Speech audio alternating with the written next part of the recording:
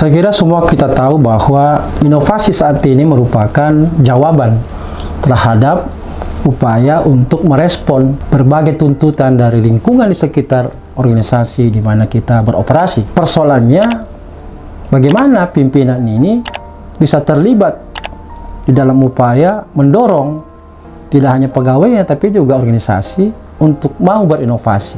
Nah, apa risikonya bila pimpinan tidak mendorong Anda selaku bawahan untuk berinovasi?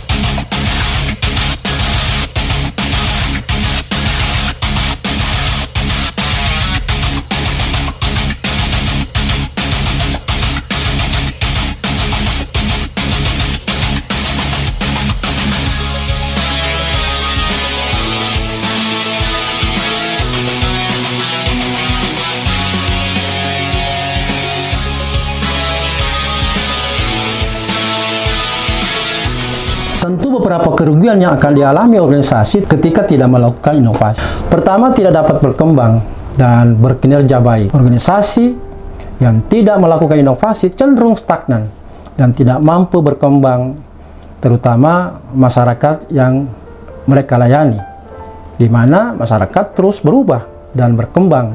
Tentu memerlukan juga organisasi untuk mampu beradaptasi dengan cepat dan terus-menerus melakukan inovasi agar tetap relevan di mata masyarakat atau publiknya. Yang kedua adalah ketinggalan teknologi dan kecenderungan atau tren.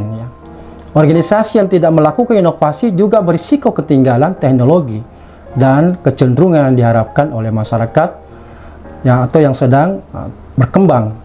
Dan hal ini tentu akan menyebabkan organisasi sulit untuk memenuhi kebutuhan masyarakatnya dengan teknologi yang berkembang dan produk-produk yang tentu terbaru dan diharapkan oleh masyarakatnya.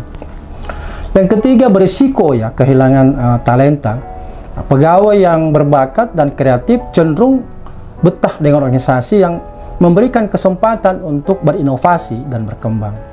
Bila organisasi tidak melakukan inovasi, maka pegawai yang memiliki kemampuan untuk berinovasi akan merasa tidak terstimulasi dan mencari cara agar pindah ke organisasi lain yang mungkin memberikan kesempatan untuk mereka berinovasi. Berikutnya, kurang produktif dan efisien. Nah, ini organisasi yang tidak melakukan inovasi cenderung kurang produktif dan efisien, terutama dalam mengelola sumber daya. Tanpa inovasi, organisasi tidak dapat mengembangkan cara-cara baru untuk mengoptimalkan kinerja dan memperbaiki proses bisnis dan kepuasan dari masyarakat yang dilayani. Yang kelima, berisiko kehilangan kepercayaan. Organisasi yang tidak melakukan inovasi berisiko kehilangan kepercayaan masyarakat atau publiknya, dan masyarakat cenderung mencari alternatif yang lain yang mungkin mampu memberikan solusi yang lebih baik dan lebih inovatif untuk memenuhi kebutuhan mereka. Dengan demikian, inovasi menjadi sangat penting bagi organisasi untuk memastikan kelangsungan dan keberhasilan organisasi di masa-masa yang akan datang. Karena itu, mengapa pimpinannya kurang mendorong pegawainya untuk berinovasi? Tentu ada penyebabnya. Di antaranya, tidak memberikan kepercayaan kepada pegawai. Pimpinan yang tidak memberikan kepercayaan pada pegawai dapat membuat pegawai itu merasa tidak dihargai dan tidak termotivasi untuk berinovasi. Pimpinan dalam hal ini perlu memberikan kepercayaan pada pegawai dengan tentu memberikan ruang dan kesempatan untuk bereksperimen dan mencoba ide-ide baru yang mereka miliki. Yang kedua, terlalu fokus pada hasil akhir. Pimpinan yang terlalu fokus pada hasil akhir itu bisa membuat pegawai merasa tertekan dan cenderung menghasilkan ide-ide yang aman dan tidak inovatif. Pimpinan perlu memberikan ruang dan dukungan untuk pegawai agar mereka bisa berproses dan mencoba ide-ide baru. Yang ketiga, tidak memfasilitasi adanya kolaborasi di antara mereka. Pimpinan yang tidak memfasilitasi kolaborasi antar pegawai dari berbagai bidang atau bagian akan menghadapi hambatan terciptanya ide-ide inovatif. Pimpinan dalam ini perlu mendorong kolaborasi antar pegawai dan membangun budaya kerja yang mendukung kerjasama dan inovasi. Yang berikutnya adalah tidak memberikan dukungan finansial dan sumber daya yang dibutuhkan. Pimpinan yang tidak memberikan dukungan finansial dan sumber daya yang mereka butuhkan itu bisa membuat pegawai kesulitan untuk mengimplementasikan ide-ide inovatifnya. Karena itu pimpinan perlu memberikan dukungan finansial dan sumber daya lainnya yang mereka butuhkan untuk mendukung upaya-upaya inovasi yang tumbuh di pegawai kita. Yang kelima, tidak memberikan pengakuan dan penghargaan.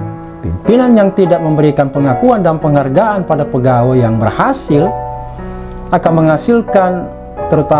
menghasilkan inovasi baru atau ide-ide yang berhasil diimplementasikan oleh mereka. Itu dapat membuat pegawai merasa tidak dihargai dan kurang termotivasi untuk selanjutnya berinovasi. Karenanya saya kira pimpinan perlu memberikan pengakuan dan penghargaan pada pegawai yang berhasil melakukan inovasi. Yang keenam adalah tidak menjalin kemitraan dengan pihak luar. Jadi pimpinan dalam konteks ini harus bisa menjalin kemitraan dengan pihak-pihak lain. Sekarang saatnya membangun apa yang disebut dengan menggunakan model pentahelix, bahkan hexahelix gitu, di mana tidak semata-mata pemerintah di sini melakukan hal-hal seperti itu tanpa meminta bantuan pihak lain yang saya kira mungkin akan memperkaya dan memberikan kualitas inovasi yang tentu lebih baik gitu. Nah, seperti misalnya melibatkan perguruan tinggi ya, atau perusahaan atau bisa juga organisasi non pemerintah, media, masyarakat ya.